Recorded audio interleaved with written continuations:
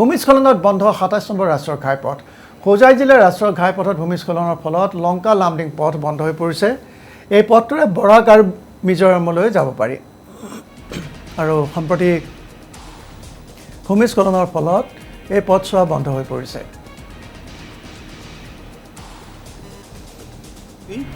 যেটো মানে এইটো লেণ্ডস্লাইড হৈ গ'ল আমাৰ যেটো লংকা লামডিং হাইৱে বুলি কয়, এইটো এষ্টাৰ্নিং বুলি কয়। এইটো এষ্টাৰ্নিংটোত মানে এনেকা মানে হৈ গ'ল মানে কি ক'ম আৰু এতিয়া ৰাতি যদি কোনোবা যদি বাহন যদি ইফালে আহিও থাকে ভিতৰত সোমাই থাকে কোনো ক'ব নোৱাৰে। 2 বছৰমান আগতেও মানে এনেকুৱা একবাৰ হৈছিলে, তেতিয়াও মানে এনেকুৱা হোৱাৰ পিছত কিবা ঢালাই ওলাই কৰিছে, কিন্তু এইটো ঢালাই কৰিলেতো মানে একো হোৱা নাই। এতিয়া মানে पूरा মানে ঢালাই ওলাই লৈ কিনে মানে पूरा लैंडस्लाइड हो गल। हाईवे यहाँ पे बहुत बड़ा पहाड़ गिरा हुआ है। रास्ता बंद है क्या? रास्ता वन वे, एक साइड का रास्ता पूरा बंद है।